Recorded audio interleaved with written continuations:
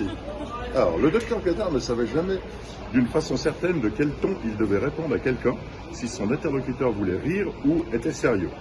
Et, à tout hasard, il ajoutait à toutes ces expressions de physionomie l'offre d'un sourire conditionnel et provisoire dont la finesse expectante, les mots c'est du Proust, le disculperait du reproche de naïveté si le propos qu'on lui avait tenu se trouvait avoir été facétieux. Ça va l'intonation? C'est parfait, monsieur. Bon, voilà. Mais comme pour faire face à l'hypothèse opposée, il n'osait pas laisser ce sourire s'affirmer nettement sur son visage. On y voyait flotter perpétuellement une incertitude où se lisait la question qu'il n'osait pas poser. Dites-vous cela pour de bon. Il n'était pas plus rassuré de la façon dont il devait se comporter dans la rue, et même en général dans la ville, que dans un salon, et on le voyait opposer aux passants, aux voitures, aux événements, un malicieux sourire qui ôtait d'avance à son attitude toute impropriété, puisqu'il prouvait qu'il n'était pas de mise, qu'il le savait bien et qu'il avait adapté celle-là, c'était par plaisanterie. Donc c'est du costaud. Hein. Oui, mais vous disiez très bien, c'est parfait. Sur tous les points cependant où une franche question lui semblait permise, le docteur ne se faisait pas faute de s'efforcer de restreindre le champ de ses doutes et de compléter son instruction. C'est ainsi que sur les conseils qu'une mère prévoyante lui avait donné, quand il avait quitté sa province, il ne laissait passer soit une location ou un nom propre qui lui était inconnu, sans tâcher de se faire documenter sur eux. Pour les locutions, il était insatiable de renseignements, car leur supposant parfois un sens plus précis qu'un nom, il eût désiré savoir ce qu'on voulait dire exactement par celle qu'il entendait le plus souvent employée. Moi-même, ça me fait rire. La beauté du diable du sang bleu, une vue de bâton de chaise, le quart d'heure de Rabelais, être le prince des élégances, donner carte blanche, être réduit à Kia, etc. Et dans quel cas déterminé il pouvait à son tour les faire figurer dans ses propos. À leur défaut, il plaçait des jeux de mots qu'il avait appris. Quant au nom de personnes nouveaux qu'on prononçait devant lui, il se contentait seulement de les répéter sur un ton interrogatif qu'il pensait suffisant pour lui valoir des explications qu'il n'aurait pas l'air de demander. Et bonne chance, hein. Merci. Parce que, une fois, je suis déjà étouffé là, donc il s'est bientôt fini, je ça vous change de crois. votre vocabulaire. Hein. Ah, ouais. Ça, c'est impressionnant. Hein. C'est sûr. Parce que ça a un sens, mais c'est du français qu'on utilise plus. Vous avez lu jusqu'au bout, du coup? Ouais, je suis au bout. Ok, parfait. Ok. Alors, Madame Cottard, qui était modeste et parlait peu, savait pourtant ne pas manquer d'assurance quand une heureuse inspiration lui avait fait trouver un mot juste. Elle sentait qu'il aurait du succès, cela la mettait en confiance, et ce qu'elle en faisait était moins pour briller et que pour être utile à la carrière de son mari.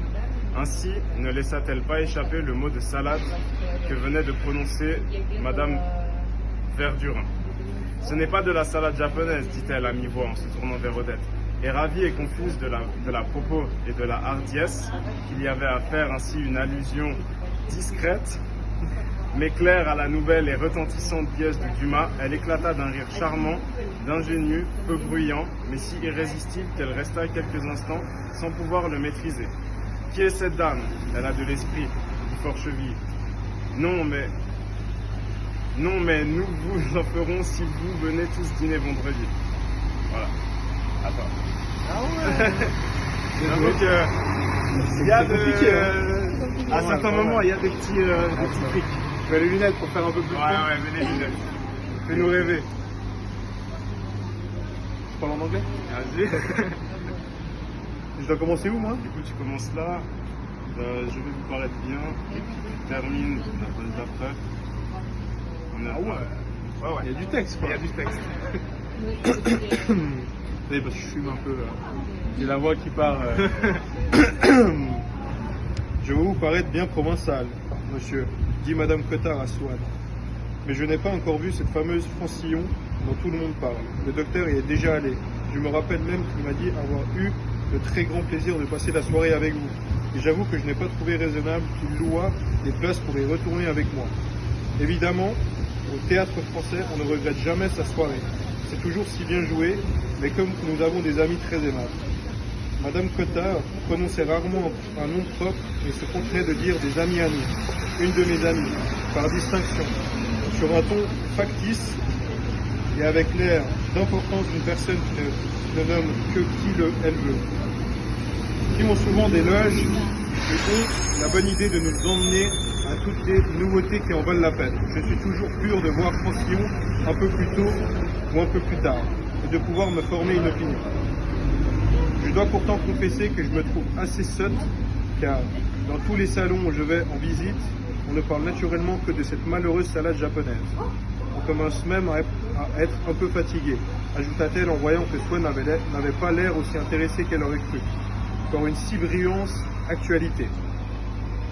Il faut avouer pour autant que cela donne quelques prétextes à des idées assez amusantes. Ainsi, j'ai une de mes amies qui est très originale, quoique très jolie femme, très entourée, très lancée, et qui prétend qu'elle a fait chez elle ses salades japonaises, mais en faisant mettre tout ce qu'Alexandre Dumas fit dit dans la pièce. Elle avait invité quelques amis à venir en manger. Malheureusement, je n'étais pas des élus, mais elle nous l'a raconté tantôt. À son jour, il paraît que c'était détestable. Elle nous a fait rire aux larmes. Mais vous savez, tout est dans la manière de raconter, dit-elle en voyant que Swan gardait un air grave. Depuis le 16 anniversaire Depuis Or, ouais. Or, ok. Or, quelques minutes à peine après que le pianiste... Attends, je recommence. Pas de soucis. Je me mets dedans.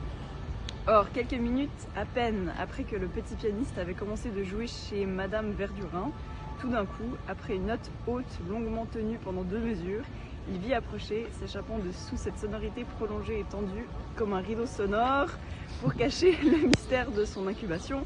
Il reconnut secrète, bruissante et divisée, la phrase aérienne et odorante qu'il aimait. C'est bon, j'ai jamais lu du Proust. Et elle était si